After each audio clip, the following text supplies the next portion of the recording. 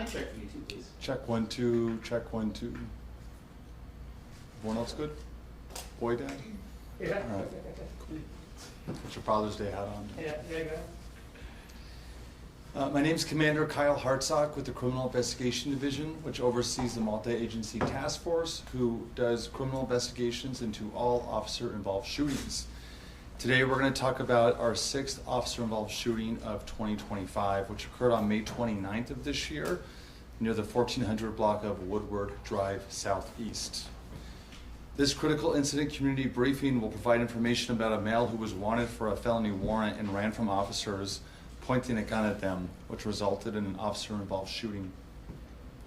You're about to see relevant video footage and photos and learn about other evidence and police procedures related to the case so you can have a better understanding of what occurred based on what we know right now. Our department conducts very thorough criminal and use of force investigations, which typically require investigators to interview multiple witnesses, review hours of video footage, and analyze a significant amount of forensic evidence. We're still at the early stages of this investigation, which can often take several months to complete. Our understanding of the incident may change as additional evidence is collected, analyzed, and reviewed. We also do not draw any conclusions about whether the officers acted consistent with our policies and the law until all the facts are known and the investigation is complete. A word of caution, the images and video may be disturbing. When police officers use force to arrest a subject or defend against an attack, it can be graphic and difficult to watch. In addition, there may be strong language by those shown in the video. In this incident, police service dog Rebel was shot in the line of duty. Rebel was transported to a veterinarian hospital and rushed into surgery. Unfortunately, he did not survive the surgery. Rebel served with our department for 5 years, and his end of watch was May 29th, 2025.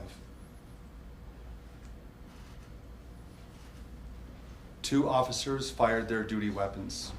Officer Christopher Burrito, who was assigned to the K-9 SWAT team, was hired in 2014, does not have any prior officer-involved shootings, and he is back to duty. Officer Josh Lerma, who was assigned to our SWAT team, was hired in 2021, has no prior officer-involved shootings, and is also back to full duty. The subject who was shot by police was 39-year-old Jorge Dominguez. This incident took place in our University Area Command.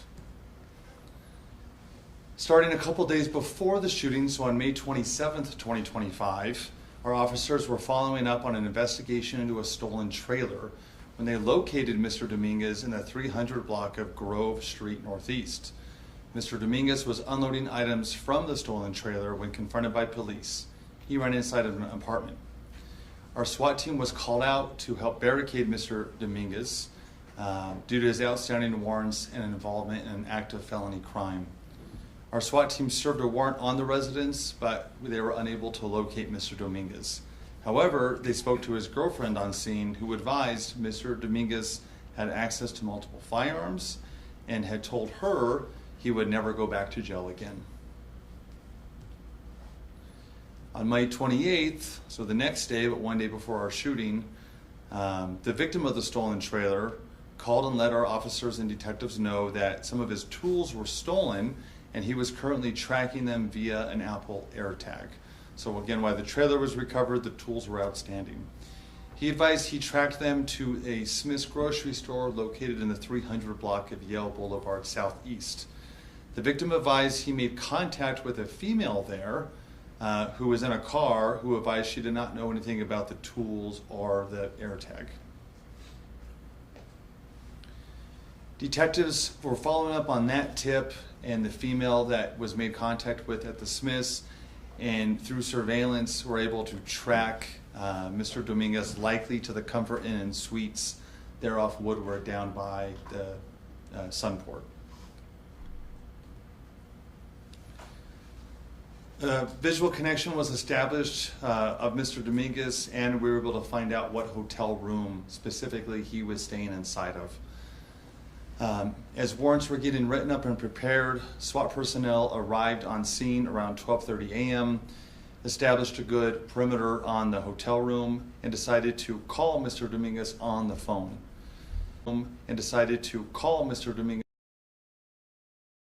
Using our crisis negotiating team, we called Mr. Dominguez, who did answer the phone about 12:55 a.m. on one of the first attempts to call him. Our officers identified themselves as belonging with the Albuquerque Police Department, asked him to step out and surrender. He immediately hung up the phone, exited the room into the hallway, which I'll play you video of that right now, saw the officers and ran back inside. Play you two videos right now. This is hotel surveillance. You can see down the hallway up here, those are our police officers on the SWAT team specifically. You will see Mr. Dominguez come out, you'll see the flashlights turn on, and he runs back in. There is no audio on this video, but we'll show you their OBRD video next.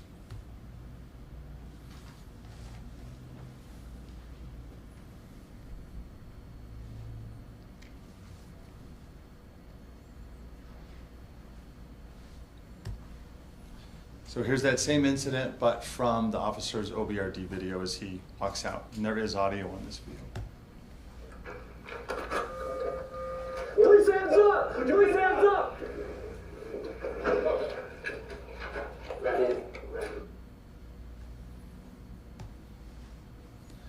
Just after Mr. Dominguez saw our SWAT officers in the hallway, he broke through the window inside the hotel room that was on the second floor and jumped to the ground. The height of the fall was approximately 16 feet. 3 officers were nearby waiting for just this possible escape path. K-9 Officer Burrito and SWAT Officer Lerma, who would eventually both fire their duty weapons, and an additional SWAT officer heard the glass break and came out to find Dominguez standing up and starting to move away from them. K-9 Rebel was released and did successfully take down Dominguez just a few feet away from where he started to run. The third SWAT officer, who did not fire their duty weapon, was armed with a less than lethal 40mm sponge round rifle and did immediately fire that sponge round at Dominguez as Rebel took him down. Officers gave commands for Dominguez to show them his hands as they started to move closer to him. The officers in their statements told our detectives they did not see a firearm initially on Dominguez as they approached him, and Rebel was keeping him on the ground. Suddenly, Dominguez's arm came around Rebel and the officers observed a firearm in it, and the gun was pointing in their direction, causing an officer-involved shooting to occur. During this time, 2 officers fired their duty guns, and the third officer fired another 40mm sponge round at Dominguez. At this time, we believe Rebel was hit by our gunfire during this exchange. As the officers moved closer in to secure Dominguez in handcuffs, one officer stated he saw the gun move in Dominguez's hands toward officers again and fired an additional 3 rounds at Dominguez. At this time, it does not appear Dominguez fired his weapon. Officers immediately saw that K-9 Rebel had been struck by gunfire and started to render aid to Rebel and Dominguez. Dominguez was pronounced deceased on scene, and again, Rebel was taken to a veterinary hospital and rushed into surgery, but did not survive. This first video is hotel video. It does not have audio, but if you get your attention on the second set of lights, you'll see a screen get kicked out, and then eventually Dominguez is gonna fall into view. This does capture the shooting, but there's no audio.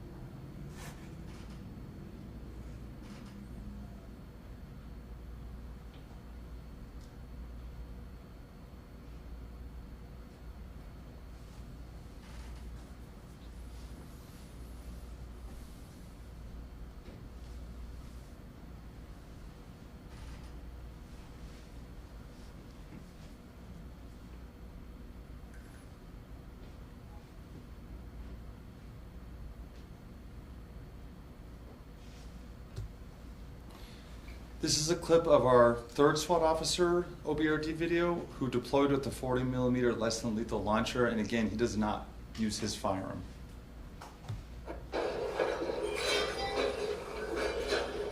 Hey,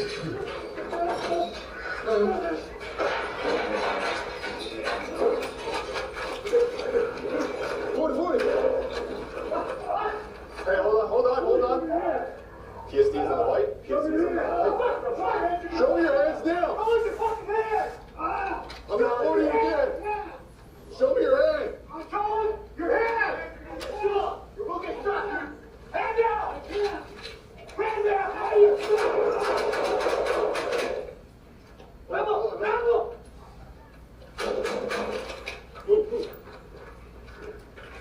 Shots fired. Suspect's down. He's taking me in custody. You're okay. Hey. Fuck. God damn it.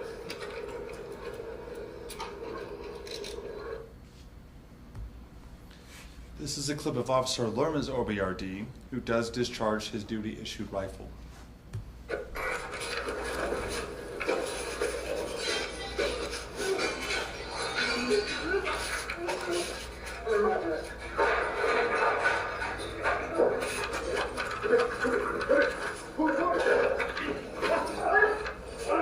Police, show me your hands. Show me your hands. Show me your hands, you're gonna get shot. Show us your fucking hand. Show us your hand. I told you. Show me your hands, you're gonna get shot. You're looking shot, dude. Hand down. Hand down. Show me your... Rebel.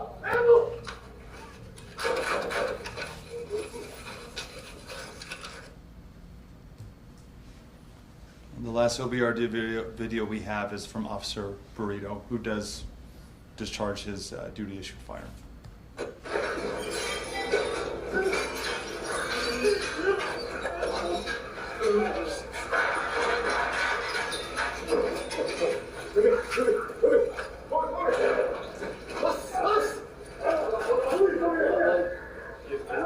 Show me your hands. Show us your fucking hands. Show us your hands. Show us your hands. You're gonna get shot. You're looking shot, dude. Hand down. Hand down. Rebel.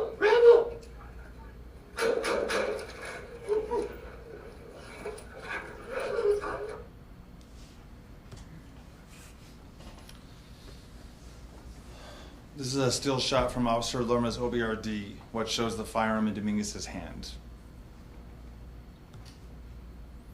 This is a photograph of the scene. A total of 8 .223 caliber casings and 5 9mm casings were collected. 2 40mm sponge projectiles were also collected. This is a photograph of the firearm Dominguez was holding on scene. And this is a closer up shot of that Glock 42 .380 caliber handgun, which was recovered. The firearm did have 1 cartridge in the chamber, meaning it was ready to fire, and 5 additional cartridges in the 6-round capacity magazine. At this point, there's no NIBIN leads on this firearm, and we do know who purchased the firearm. They purchased it in Santa Fe, New Mexico in 2014. We're still working on getting in contact with that person. So far, we've not had success. Mr. Dominguez sustained 10 gunshot wounds and was pronounced deceased on scene. Over the next several months, the multi-agency task force will continue to investigate and analyze this incident.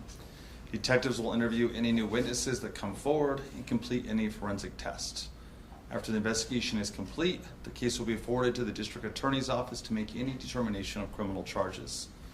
Our Internal Affairs Force Division will also investigate the shooting to determine whether the department's policies were followed. The results of that administrative investigation will be forwarded to the city's Superintendent of Police Reform to make final decisions on discipline. Our Force Review Board, made up of deputy chiefs, will also review the incident to identify trends and potential policy changes that may be needed in response to any shortcomings that are identified. Do you guys have any questions? Yes, sir. So, Commander, with the recent changes to the DOJ oversight, is that going to change how the investigation process is at APD? As it currently is, we haven't changed any policies. We are looking to streamline some lower level policies into lower level shows of force and how we handle a show of force and amount of resources. But we've made no changes to upper level use of force and how officer involved shootings are investigated. So currently we're going to still be investigating this to the standard that we have since the inception of the DOJ. Do we know whose bullet struck Dominguez and the dog? We don't, obviously there's two officers who fired. I would suspect both officers struck Mr. Dominguez. That's unknown which officer struck the dog. But one of the things I want to point out is I had them put the calculation of the distance in there because a lot of what occurred and what made things difficult for the SWAT team was the fact that they're dealing with 5 feet. And usually our officers try to approach a suspect and they take into account the position of the suspect and the police service dog. And they probably would have fanned out a little bit further so they could create the proper angle between them and the dog. But due to the fact that they had such limited space, they only had one way to enter, and there was no capability of using a secondary team because if the team came up that same narrow pathway, they would have been in crossfire. It's also important to notice that a lot of times like this, they're able to take more of their time once the individual is down to get to the individual, make sure the dog has him in custody. But high ground lost visual of the suspect when he jumped out. So our officers who are watching the back with the scope rifle from a distance, they were also unable to engage because that individual they had lost sight with him because of the wall. So there was a number of challenges they had tactically in dealing with this that caused them to have to go down that narrow path to try to take the subject into custody. Can you all elaborate a little bit on standard operating procedures when you have a canine with you all? And then if you all can tell us if your officers did follow those procedures? Obviously the investigation is going to show if all processes were followed correctly. I could tell you from what we've initially seen, it does seem like they have followed all the processes correctly. It just comes down to the limitation of what was created for them that day. We'd love to say that we could train every situation for perfection and make sure that we always are able to respond in a certain way. But when real world sets in and you have a area that's smaller than you anticipated, you have a suspect who now is lost out of the sight of high ground, you have limited abilities to approach the individual because there's shrubbery and trees there and officers are trying to get a view on him, and you have a dog that you eventually have to pull off the bite in order to take the subject into custody. You can't just leave him there endlessly. It makes a lot of challenge for the officers who are responding. And then you take into account the fact, and I think one of the officers in their statement stated, the individual retrieved the handgun at a last, late into the incident, and actually, if I understood correctly, pointed the firearm from over the dog. So in a way, he was using the dog as a shield against the officers. Listening.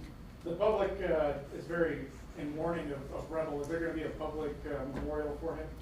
We are going to lay him to rest at the academy. We're just working out details. Chief of Staff Hernandez was the former sergeant to K9. He actually chose this dog. The Chief of Staff was off last week, and this week he's going to be working on some services that will be private to the department, and we are going to lay him to rest at the academy. We already bought the stone for the dog, and we'll have a memorial for him at the academy.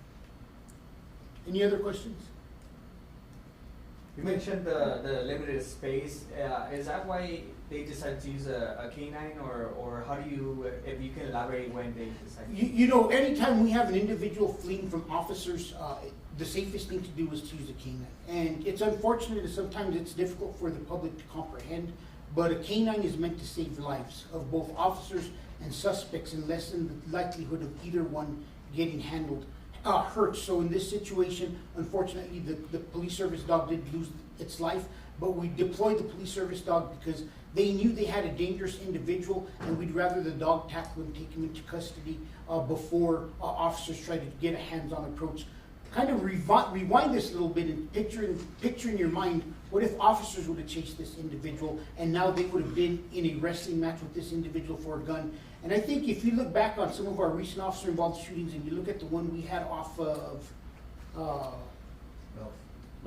Mountain, in the far northeast heights earlier this year, where we had 2 officers in a physical fight, we all could look at that video and see how fortunate we are that none of our officers got killed, and how many times that firearm came very close to pointing at an officer and could have been discharged. So the police service dog is intended to save lives of both suspects and officers. It served a remarkable career. It's unfortunate that this incident occurred, but our goal is to always keep human life protected as much as possible. Yes. Can you speak on Dominguez's parole violations and his career history? You know, I feel like a broken record when I stand up in front of these, especially with officer-involved shootings, and yesterday again was another prime example.